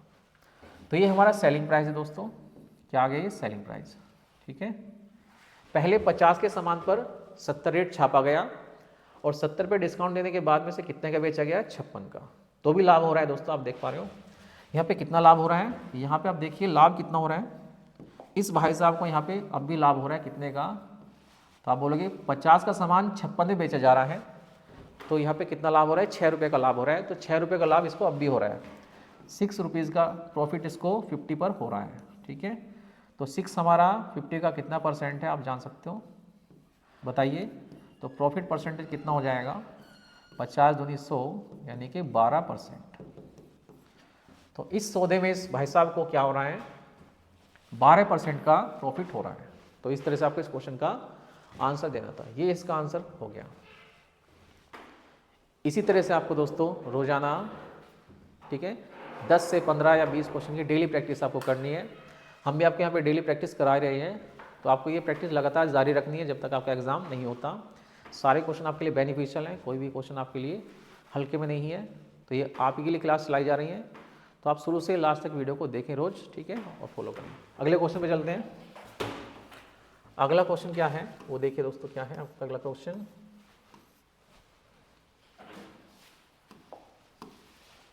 साधारण ब्याज का क्वेश्चन है, इसको आप ध्यान से देखिए। 6000 रुपये की धनराशि है, 4 वर्षों में 7800 रुपये हो जाती है। यदि ब्याज की दर में 2.5% की वृद्धि होने पर, ठीक है, ब्याज की दर में 2.5% की वृद्धि होने पर इसी राशि पर इसी समय अवधि में यह कितनी हो जाएगी, ये हमें बताना है। पहले ये 6000 था, ये 4 साल में किसी निश्चित दर पर 7800 हो गया। यदि ब्याज की दर में 2.5% की वृद्धि कर दी जाए तो वही राशि उतने ही समय में कितनी हो जाएगी, ये हमें बताना है। तो दोस्तों मैं आपको जो बताता हूँ इस क्वेश्चन में, बस आपको उसे ध्यान से एक बार सुन लेना है और आपका आगे का रास्ता बड़ा आसान हो जाएगा। ठीक है, आपको इसमें पूरी कैलकुलेशन करने की आवश्यकता नहीं होती दोस्तों। साधारण ब्याज का कंसेप्ट क्या होता है, आपकी दर घटे या बढ़े दोस्तों, ठीक है। आपको ब्याज किस पे मिलना है, मूलधन पर। यहाँ पर ब्याज के ऊपर ब्याज का कोई सिस्टम ही नहीं होता। आपको जो सिंपल इंटरेस्ट होता है उसका कंसेप्ट क्या होता है दोस्तों, सिंपल इंटरेस्ट आपका हमेशा किस पे लगता है, प्रिंसिपल पे लगता है, मूलधन पे लगता है। तो आपका जो मूलधन है वो 6000 है, चाहे ब्याज की दर कितनी भी घटे और कितनी भी बढ़े, ठीक है। समय आपका क्या है, 4 वर्ष, तो आपका ब्याज भी उतना ही बढ़ जाएगा समय के हिसाब से जितनी आपकी दर बढ़ रही है। अगर आपकी दर 2.5% वार्षिक बढ़ रही है, एक साल में 2.5% आपकी दर बढ़ गई, तो आप मुझे बताइए आपका ब्याज 2.5% बढ़ जाएगा एक साल में, तो 4 साल में कितना परसेंट ब्याज बढ़ेगा आपका उसी राशि पर, क्योंकि राशि आपकी फिक्स है। देखिए मैं आपको क्या समझाना चाह रहा हूँ दोस्तों, मेरा जो मूलधन है ये है, इसे छोड़ दीजिए आप, ये हमारा प्रिंसिपल हो गया। हमने माना दोस्तों हमें इस पर रेट क्या देखी है, R%। हमें पहले R% पर ब्याज मिलता था, कुछ भी ऐसा ही मिला, ये मिला ऐसा ही, ठीक है। किसी निश्चित समय पर, समय हमारा टाइम ये हो गया, टाइम फिक्स है दोस्तों। अब इसी राशि पर दोस्तों, क्योंकि ब्याज तो आपका मूलधन पे ही लगता है, इसी राशि पर भले ही आप ब्याज की दर बढ़ाए या घटाए, समय घटाए या बढ़ाए, लेकिन आपका मूलधन यही रहेगा, मूलधन फिक्स है यहाँ पे। बस यही इसमें काम की बात है दोस्तों, समय हमारा वही है और ब्याज की दर को हम बढ़ा देते हैं। कितनी बढ़ाई दोस्तों इसने, यहाँ पे इसने बढ़ा दिया 2.5%। कितना बढ़ाया, 2.5%, ठीक है। तो आप देखिए दोस्तों, यहाँ से हमें ब्याज कितना मिलेगा, यहाँ से ब्याज मिलेगा हमें कितना, ये ब्याज क्या होता है, PRT। क्या होता है दोस्तों, PRT अपॉन 100। यहाँ से कितना ब्याज मिलेगा दोस्तों, ब्याज का कंसेप्ट क्या होता है, मूलधन गुना दर गुना समय बटे 100। तो यहाँ से कितना ब्याज मिलेगा, PRT, तो यहाँ से ही बनेगा दोस्तों R into T into P। तो PRT के अलावा और कितना एक्स्ट्रा ब्याज आपको मिलेगा यहाँ से, देखिए यहाँ से PRT तो आपका यहाँ से ही बनेगा R into T into P। तो एक्स्ट्रा क्या है दोस्तों, एक्स्ट्रा हमारा क्या बन रहा है यहाँ से, तो एक्स्ट्रा बन रहा है क्या, ये वाला, ठीक है। तो आपकी जो गुना है दोस्तों P इंटू T, ये किस में जाएगी, प्लस में जाएगी दोस्तों, किसके, 2.5 के। तो P इंटू T इंटू में क्या होगा दोस्तों, आपकी दर कितनी है, 2.5%। तो ये कंसेप्ट होता है इसका, ठीक है। इतना एक्स्ट्रा हमारा ब्याज हो जाएगा और ये ब्याज किस पे लगेगा, मूलधन पे लगेगा। इस तरह से आपको ब्याज देना है, ठीक है। तो इस तरह आपको ये करना है दोस्तों। अगर आप इसे इस तरह करोगे तो आपका आसानी से आंसर आ जाता है, आपको फॉर्मूला लिखने की आवश्यकता नहीं है अगर आपने समझ लिया। तो जितनी आपकी दर बढ़ेगी दोस्तों, मूलधन पर आपका ब्याज उसी हिसाब से, समय के हिसाब से बढ़ जाएगा। तो बस मैं आपको ये समझाना चाह रहा था। अब इस क्वेश्चन पे चलते हैं। अब इस क्वेश्चन में कुछ ज़्यादा बचा नहीं है, जो मुझे समझाना था मैं आपको बताया है। बेसिक से भी इसको कर सकते हैं, तो बेसिक से करने के लिए मैं आपको सलाह नहीं देता दोस्तों, क्योंकि क्वेश्चन ऐसा नहीं कि इसको बेसिक से किया जाए, बिना मतलब का टाइम ख़राब करना होगा, इतना एग्जाम में टाइम मिलता नहीं है। तो जिस क्वेश्चन को हम छोटा कर सकते हैं तो बेशक उसको छोटा करेंगे, ठीक है दोस्तों। हमें वो छोटा बिल्कुल करना चाहिए। यदि हमारी कैलकुलेशन बीट हो रही है, यहाँ पे हमें मौका मिल रहा है अपनी कैलकुलेशन को कम करने का, तो हम बिल्कुल करेंगे। हमें यहाँ पे कोई महान नहीं बनना कि पूरा क्वेश्चन आपको करके दिखाना। वहाँ पे कोई आपसे ये नहीं पूछेगा आपने किस तरह किया है। आपको एग्जाम में करेक्ट आंसर से मतलब होता है दोस्तों, आपको आंसर करेक्ट टिक करना होता है, यहाँ पे एक्सप्लेनेशन नहीं देना होता यहाँ पे। तो आप इसका आंसर आसानी से दे पाओगे। कैसे दे पाओगे, देखिए ध्यान से। यदि वार्षिक आपका 2.5% बढ़ जाता है तो 4 साल में कितना परसेंट ब्याज बढ़ेगा, तो सीधी सीधी बात है 10% बढ़ेगा। तो 10% आपका ब्याज बढ़ जाएगा दोस्तों, ठीक है। 10% किस पे बढ़ेगा दोस्तों, हमारे मूलधन पे। मूलधन कितना है, 6000। तो देखिए बस हमें क्या करना है, ब्याज में बढ़ोतरी देखनी है। मूलधन कितना है, मूलधन 6000 है और हमारा समय कितना है दोस्तों, 4, और दर कितनी बढ़ी है, 2.5%। तो हम सीधा 2.5 पे निकाल देते हैं दोस्तों। ये हमारा मूलधन, ये समय वही है हमारा, बस हमारी दर कितनी बढ़ी है, 2.5%। तो 4 साल में 2.5% के हिसाब से हमें कितना पैसा मिलने वाला है, तो 2.5 चौक दोस्तों कितना होता है, 10 होता है, और 10 से इसमें गुना करेंगे 600, यानी 600 रुपये हमारे ब्याज के रूप में और बढ़ जाएंगे। ये हमारा ऐसा ही हो जाएगा।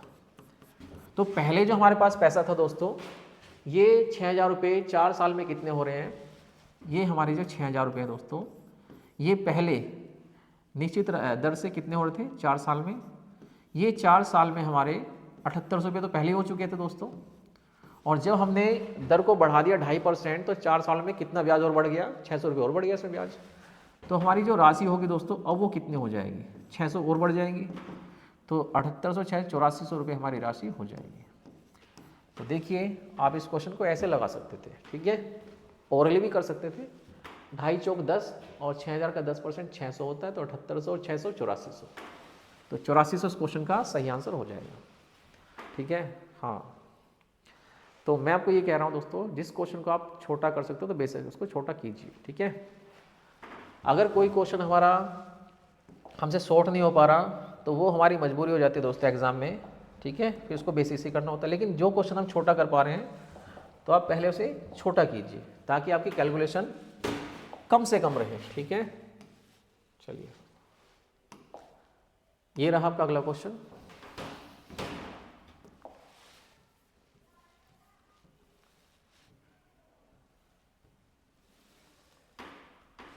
ये है आपका नेक्स्ट क्वेश्चन दोस्तों, देखिए क्या है।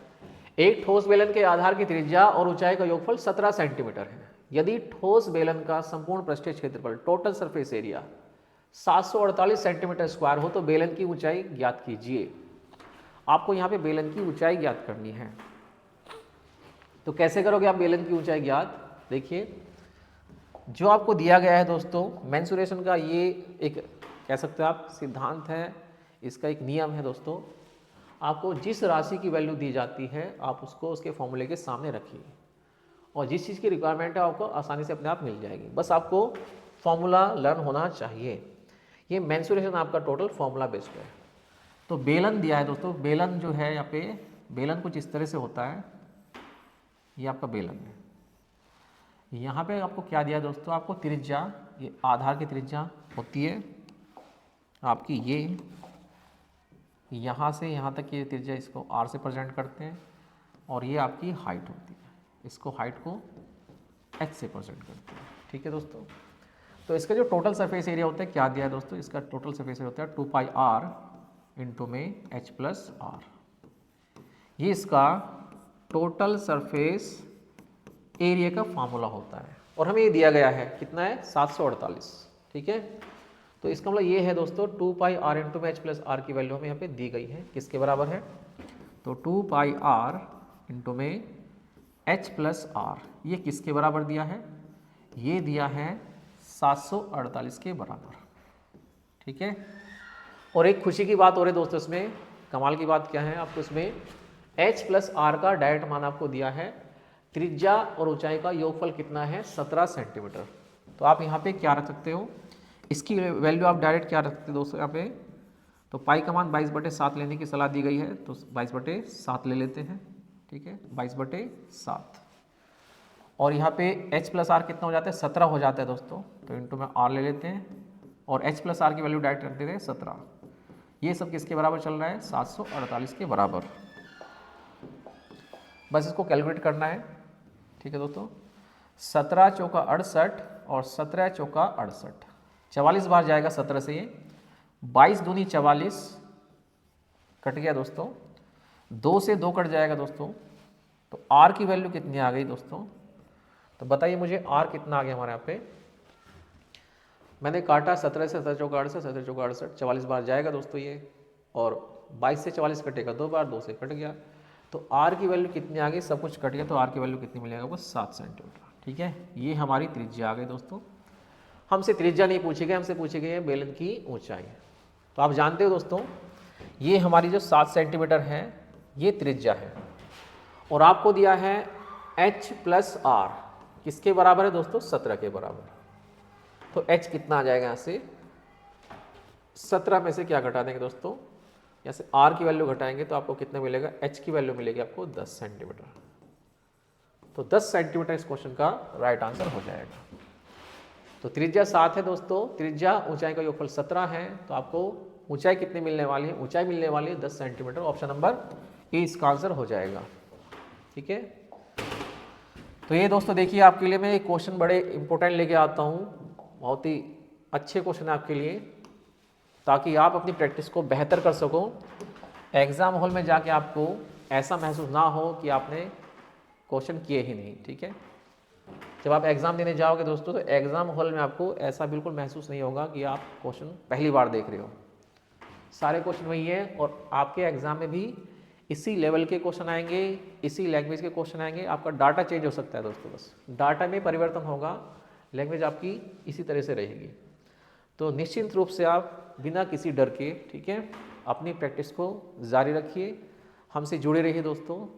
हम आपके एग्ज़ाम तक आपसे जुड़े रहेंगे, लगातार आपके लिए वीडियो लाते रहेंगे। तो देखिए ये क्वेश्चन आपके लिए है। जो कंसेप्ट मैं आपको बताने वाला हूँ दोस्तों, इन क्वेश्चंस में निश्चित रूप से आपको एग्जाम में, ठीक है, आपको पूरी हेल्प मिलने वाली है, बस आपको ठीक से समझना है। ये क्वेश्चन दिया है कंपाउंड इंटरेस्ट का, 50,000 की धनराशि के लिए 8% वार्षिक ब्याज की दर है। अर्धवार्षिक रूप से तथा वार्षिक रूप से मिलने वाले ब्याज का अंतर पूछा है, ठीक है। तो देखिए दोस्तों, ब्याज की जो दर दी गई यहाँ पे 8% वार्षिक दी गई है। तो हमारी जो दर होगी दोस्तों, दो तरह की दर बनेगी। पहली दर तो हमारी क्या रहेगी दोस्तों, वार्षिक रहेगी 8% के हिसाब से, ठीक है। पहली दर क्या रहेगी, 8% वार्षिक रहेगी। और दूसरी दर क्या हो जाएगी दोस्तों, जो हमारी दूसरी दर बनेगी दोस्तों, वो छमाही बनेगी, यानी अर्धवार्षिक बनेगी। अर्धवार्षिक क्या हो जाएगी, पूरे साल की 8%, तो अर्धवार्षिक कितनी हो जाएगी, ये हमारी जो दर होगी ये हाफ ईयरली होगी, हाफ ईयरली, ठीक है, हाफ ईयरली। तो हमें क्या करना है दोस्तों, एक साल का हाफ ईयरली के दर से हमें क्या निकालना है दोस्तों, हाफ ईयरली के रेट से कंपाउंड इंटरेस्ट बनाना है, और एक ही साल का वार्षिक दर से हमें क्या बनाना है, कंपाउंड इंटरेस्ट बनाना है। तो एक साल का वार्षिक रूप से जो हमारा कंपाउंड इंटरेस्ट बनेगा दोस्तों, वो किसके बराबर होगा, सिंपल इंटरेस्ट के बराबर होता है। पहले साल का साधारण ब्याज और चक्रवृद्धि ब्याज बराबर होता है, ठीक है दोस्तों। अब इसे यहाँ से करने का तरीका क्या होगा, देखिए कंसेप्ट ये है दोस्तों, मुद्दे की बात ये है कि हमें यहाँ पे कम से कम कैलकुलेशन करनी है, कंसेप्ट को समझना है, एग्जाम में हम सेकंडों में आंसर कैसे दे पाएंगे ये समझना है। तो मूलधन हमारा कितना है, 50,000। 50,000 में हमें क्या निकालना है, ब्याज निकालना है, कंपाउंड इंटरेस्ट यानी अंतर निकालना है, ठीक है। ये हमारा प्रिंसिपल है। तो क्यों ना हम क्या करें दोस्तों, 50,000 पे सीधा एक साल के हाफ ईयरली तथा एक साल का पूरा जो कंपाउंड इंटरेस्ट है, हाफ ईयरली और ईयरली दोनों का डिफरेंस बना लेते हैं परसेंटेज में एक साथ, और उसके बाद सीधा 50,000 पे क्या करेंगे, इसको अप्लाई कर लेंगे। 50,000 का हम सीधा क्या निकाल लेंगे, डिफरेंट परसेंटेज निकाल देंगे, जो भी हमारा डिफरेंस आएगा परसेंटेज में इंटरेस्ट का, ठीक है, वो हम सीधा क्या करेंगे, अपने प्रिंसिपल पे अप्लाई कर देंगे। चलिए, तो पहला काम हमारा क्या होता है इसमें, एक साल का 8% हमारा ब्याज बनेगा परसेंटेज में, तो एक साल का हमारा ये होगा दोस्तों, हाफ ईयरली कितना होगा, तो देखिए यहाँ पे 1 ईयर का 8% के हिसाब से हमारा ब्याज कितना बनेगा, 8% ही रहेगा। अब यहाँ पे देखिए दोस्तों, 2 छमाही का यानी 2 हाफ ईयरली का कितना बनेगा, 2 हाफ ईयर का कितना बनेगा, तो एक हाफ ईयरली की दर कितनी है, 4%। तो 2 हाफ ईयर का आपका कंपाउंड इंटरेस्ट कितना बनेगा, तो 4 दूनी 8 और 4 का स्क्वायर कितना दोस्तों, 16। तो ये बना आपका 2 साल का 4% की दर से परसेंटेज में कंपाउंड इंटरेस्ट, ठीक है दोस्तों। ये आपका नेट आपका क्या बना, 2 हाफ ईयरली का यानी एक साल का कंपाउंड इंटरेस्ट बना 4% की रेट पर, और ये हमारा एनुअल यानी वार्षिक आपका क्या है, ब्याज है, किस पर दोस्तों, 8% पर 8%, ठीक है। आप मुझे बताइए इनका डिफरेंस हमें बताना है, तो इनका डिफरेंस कितना है दोस्तों, ये हमारा 8% है और ये कितना है 8.16%। इनका डिफरेंस कितना है, तो आप बोलोगे इनका डिफरेंस है दोस्तों 0.16%। तो जो हमारी 16% की वैल्यू आ जाएगी दोस्तों, वही हमारा आंसर हो जाएगा। तो हमें ज़्यादा बड़ा सोल्व नहीं करना, ठीक है, इन चीज़ों को पहले सीखना है, प्रैक्टिस करनी है, तब जाके एग्जाम हॉल में आप इन्हें सेकंडों में लगा सकते हो। तो क्या होगा, हमारे जो दोस्तों मूलधन है, हमें क्या करना है, इसका केवल ये निकालना है, 50,000 का क्या करना है, 0.16% निकालना है। तो ये परसेंटेज हटा के दोस्तों हम क्या कर सकते हैं, इस परसेंटेज को काट दीजिए आप, इसको हटा के हम परसेंटेज में 16 सकते हैं, ठीक है। अब ये जो पॉइंट हमारा इन 2 जीरो से कम हो जाएगा दोस्तों, 2 जीरो हमारी यहाँ से कम हो जाती हैं, तो 5 और 16 बचा, केवल 4 जीरो कट गई दोस्तों, 2 जीरो 16 के पॉइंट से कट गए दोस्तों, और 2 जीरो हमारी नीचे जो परसेंटेज की वैल्यू हमने रखी 100 उससे कट गई। तो 16 पंजे 80, इस क्वेश्चन का सही आंसर क्या होगा, 80 रुपया हमारा सही आंसर हो जाएगा। तो देखिए ये काम जो मैंने आपको समझाया दोस्तों, ये काम हमारा माइंड में ओरली हो जाता है। एक साल का साधारण ब्याज हो या फिर आपका चक्रवृद्धि ब्याज वो इक्वल होता है। अगर एक साल का आपको साधारण या चक्रवृद्धि ब्याज बनाना है 50,000 पर, तो परसेंटेज कितना रहेगा 8%, तो 8% का 8% ही आपका ब्याज रहेगा एक साल का। हाफ ईयरली हमारा 4% हो जाएगा, तो हाफ ईयरली के हिसाब से 1 ईयर का कितना बनेगा दोस्तों, तो 8.16% हमारा ब्याज बनेगा। दोनों का डिफरेंस पूछा है, तो डिफरेंस कितना है 8.16 और 8% का कितना हो गया दोस्तों, तो 0.16% हमारा डिफरेंस हो जाएगा। तो 50,000 का 0.16% जो भी होगा वही हमारा आंसर हो जाएगा। तो इस तरह से आपको क्वेश्चन लगाने थे। तो उम्मीद करता हूँ कि क्वेश्चन समझ में आ गया होगा। आगे भी जब भी आपके सामने कुछ इस तरह क्वेश्चन आए डिफरेंस का या फिर आपका इंटरेस्ट का दोस्तों, कंपाउंड इंटरेस्ट का या फिर ठीक है कंपाउंड और सिंपल दोनों का कंबाइंड आए, तो आप इस तरह से दोनों का डिफरेंस बता सकते हो। तो चलिए 2 साल के लिए या फिर 2 छमाही के लिए आप इस तरह क्वेश्चन को बना सकते हो। नेक्स्ट क्वेश्चन पे चलते हैं। अगला क्वेश्चन क्या है, मेंसुरेशन का ये क्वेश्चन है। क्वेश्चन में दिया गया है एक तार को जो 14 सेंटीमीटर त्रिज्या वाले एक वृत्त के रूप में है को मोड़कर एक वर्ग बनाया जाता है। इसका मतलब ये है दोस्तों, एक 14 सेंटीमीटर त्रिज्या वाला एक वृत्त है दोस्तों, उसको फोल्ड करने के बाद में उसको कौन सी शेप दे दी हमने, उसको स्क्वायर की एक शेप दे दी, स्क्वायर की फॉर्म में बनाया गया है। तो आपसे पूछा है उस वर्ग की भुजा क्या होगी, भुजा की लंबाई क्या होगी, सेंटीमीटर में बताना है। पाई का मान 22/7 यहाँ पे देना है, ठीक है। तो देखिए दोस्तों, जब भी हम किसी सर्कल से, ये सर्कल है आपका, इस सर्कल से हम क्या बनाएं, कोई दूसरा फिगर बनाएं, तो ये सर्कल जो होता है दोस्तों, जितनी इसकी परिधि होती है दोस्तों, जितनी इसकी लेंथ होगी, इसकी परिधि की जो लेंथ होती है दोस्तों, ये जो परिधि है इसकी जो लेंथ होती है वो किसके बराबर होगी दोस्तों, वो बराबर होगी इस वर्ग की 4 भुजाओं के बराबर। यानी कि वृत्त का जो परिमाप होगा, एक तरह से बोलूँ मैं सिंपल भाषा में, वृत्त का परिमाप किसके बराबर होगा, इस वर्ग के परिमाप के बराबर। ठीक है दोस्तों, तो हमें क्या करना है, इन दोनों का जो परिमाप है उसको इक्वल रखना है और हमें आसानी से क्या मिल जाएगा, यहाँ से वर्ग की भुजा मिल जाएगी। तो यहाँ पे इसकी जो त्रिज्या दी है वो कितनी दी है, त्रिज्या दी है यहाँ पे कितनी, 14 सेंटीमीटर। 14 सेंटीमीटर यहाँ पे वृत्त की त्रिज्या है, आर की वैल्यू 14 है। तो इसकी परिधि क्या होती है दोस्तों, 2πr। यहाँ पे वृत्त की परिधि होती है 2πr। तो यहाँ से हम इसकी परिधि निकाल लेंगे दोस्तों, और जितनी परिधि इसकी होगी उतने इसका परिमाप हो जाएगा। और इसका परिमाप क्या होता है, इसका परिमाप होता है 4a। इसका पैरामीटर कितना होता है दोस्तों, वर्ग का जो परिमाप होता है भुजा गुना 4, यानी भुजा का 4 गुना परिमाप बन जाता है। क्योंकि इसकी चारों भुजा क्या होती है, वर्ग की चारों भुजा बराबर होती है, चारों भुजाओं को जोड़ोगे तो 4 बार जुड़ेगा, तो इसकी सीधा सीधा परिमाप क्या बनता है, पैरामीटर क्या बनता है 4a। चलिए यहाँ पे पाई का मान 22/7 रख के इसको कैलकुलेट करते हैं। 22/7 वैसे इसको कैलकुलेट करने की आवश्यकता होती नहीं है दोस्तों, जब मैं आपको मेंसुरेशन पढ़ाऊंगा तो मैं आपको बताऊंगा। अगर आपकी त्रिज्या 7 हो, 14 हो, 21 हो तो आप डायरेक्ट यहाँ पे परिधि बता सकते हो। फिलहाल इसको कर लेते हैं। तो 44 ही आएगा यहाँ पे, 44 सेंटीमीटर यहाँ पे क्या आ गई दोस्तों, 44 सेंटीमीटर हमारी क्या आ गई यहाँ पे दोस्तों, क्या आ जाती है त्रिज्या वाले वृत्त को, हाँ ठीक है, ये हमारी 22 दूनी 44, 44 सेंटीमीटर हमारी यहाँ पे क्या आ गई, परिधि आ गई। ये तो हमारा 14 है दोस्तों, 14 त्रिज्या दी गई है, 7 नहीं 14 है, तो 14 रखेंगे यहाँ पे। तो 2 गुना त्रिज्या 7 नहीं 14 है, तो 14 रखेंगे तो कितना आ जाएगा देखते हैं, 7 दूनी 14 और 22 दूनी 44, 44 दूनी 88, तो 88 सेंटीमीटर हमारी यहाँ पे क्या आ गई, त्रिज्या आ गई। त्रिज्या यहाँ पे 14 दी गई दोस्तों, मैंने यहाँ पे 7 पुट कर दिया था, तो इसका सही आंसर क्या होगा 88। तो परिधि कितनी आ गई 88, और ये परिधि किसके बराबर होगी दोस्तों, हमारे वर्ग के परिमाप के बराबर। तो 4a की वैल्यू भी कितनी हो जाएगी हमारी 88 सेंटीमीटर। तो बस यही करना था, 4 से काटेंगे आप 88 को दोस्तों, a की वैल्यू कितनी आएगी 22 सेंटीमीटर। और हमसे यही पूछा गया है कि इस वर्ग की भुजा क्या होगी, तो भुजा कितनी हो जाएगी दोस्तों, एक भुजा कितनी हो जाएगी 22 सेंटीमीटर। ऑप्शन नंबर सी इसका राइट आंसर हो जाएगा।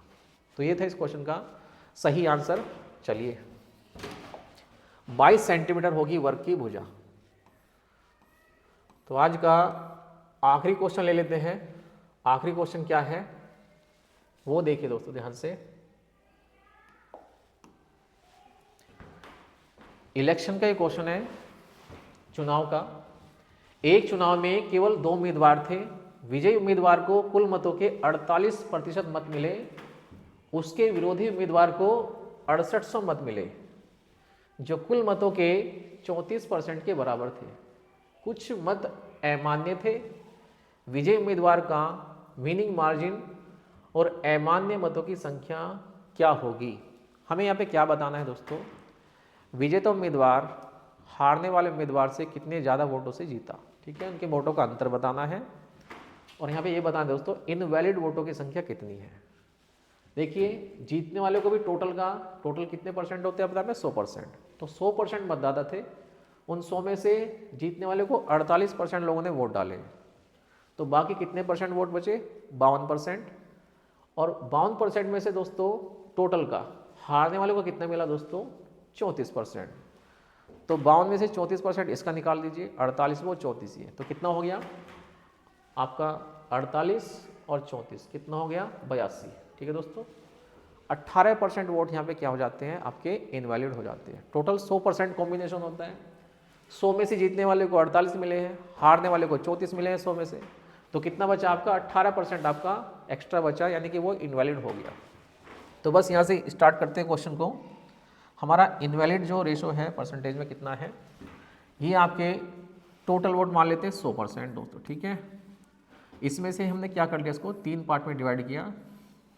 देखिए जो विनर है दोस्तों उसे मिले हैं 48%, जो लूज़र है उसे मिले हैं 34%, और जो इनवैलिड वोट है दोस्तों डालने के बाद जो इनवैलिड हो गए आपके इनवैलिड, वे क्या हो जाते हैं, वे हो जाते हैं आपके 18%, ठीक है, ये हो जाते हैं, ठीक है। तो हमें क्या बताना है दोस्तों, हमें बताना है एक तो जीतने वाले और हारने वाले के वोटों का अंतर। तो यहाँ देखिए वोटों का अंतर कितना है, इसके 48%, इसके 34%। तो कोई भी बता सकता है दोस्तों इसका अंतर कितना है, 48, इसके पास 34%। तो ये कितने परसेंट से जीता, तो ये जीता है 14% से। 14% इसके पास ज़्यादा वोट है दोस्तों, ठीक है। अगर इसके पास 14% है तो इनकी वोटों का जो अंतर है दोस्तों वो 14 से कटना चाहिए, ठीक है। पहली बात तो ये। ऑप्शन की बात करें, ऑप्शन में हमारा आंसर धड़ाक से आ जाता है, 14 दूनी 28, यानी कि ऑप्शन नंबर बी जाएगा हमारा। 14 से ये नहीं कटेगा दोस्तों, 14 से ये नहीं कटेगा, 14 से ये नहीं कटेगा, वो 14 का मल्टीपल होना चाहिए। 14% की वैल्यू हमारी किसके बराबर होगी, वोटों के अंतर के बराबर होगी। चलिए ये हमारा क्या आ गया दोस्तों, वोटों का अंतर आ गया। अभी क्या करें दोस्तों, 48% मत प्राप्त हुए, उसके विरोधी उम्मीदवार को कितने मत मिले, 6800 मत मिले। कितने मिले दोस्तों, 6800, यानी कि 34% की वैल्यू पहले ले लेते हैं हम। यहाँ पे 34% की वैल्यू दे रखी है इसने, तो 34% हमारा किसके बराबर है, 6800 के बराबर। तो 1% किसके बराबर होगा, 200 के बराबर। और वोटों का अंतर कितना है यहाँ पे दोनों का, 48% जीतने वाले को, 34 हारने वाले को। तो यहाँ पे 14% की वैल्यू क्या आ जाएगी, 2800। इन दोनों का अंतर कितना है दोस्तों, 48 और 14 का, 14% से जीता है, 14% की वैल्यू 2800। तो वोटों का अंतर 2800 आ गया। हमसे बोला है अमान्य मतों की संख्या भी हमें बतानी है। अमान्य मत कितने, 1800, 18%। तो 18% की वैल्यू क्या हो जाएगी, तो 1% हमारा 200 के बराबर, 18% हमारा 3600 के बराबर होगा। तो ऑप्शन नंबर बी ही हमारा फिर भी राइट आंसर जा रहा है। वैसे इतना करने की ज़रूरत भी नहीं थी, आंसर हमें ऑप्शन से जल्दी मिल जाता, ऑप्शन से भी इसको कर सकते थे। निकालने का तरीका ये होगा इसका। तो ये था आपका आज का आखिरी क्वेश्चन। तो उम्मीद करते हैं आपने आज के सभी क्वेश्चन को एंजॉय किया होगा, अच्छे समझा होगा दोस्तों। चलिए तो आज का सेशन आपका यहीं समाप्त होता है, कल हम इससे आगे चलेंगे दोस्तों। तो आज के लिए इतना ही था आपके लिए। तो उम्मीद करता हूँ वीडियो आपको पसंद आएगी। वीडियो पसंद आए तो वीडियो को लाइक करना, शेयर करना ना भूलें दोस्तों। और इसी के साथ अपना ध्यान रखिए, ख्याल रखिए, मस्त रहिए, स्वस्थ रहिए, पढ़ते रहिए, एंजॉय कीजिए। Okay, thank you.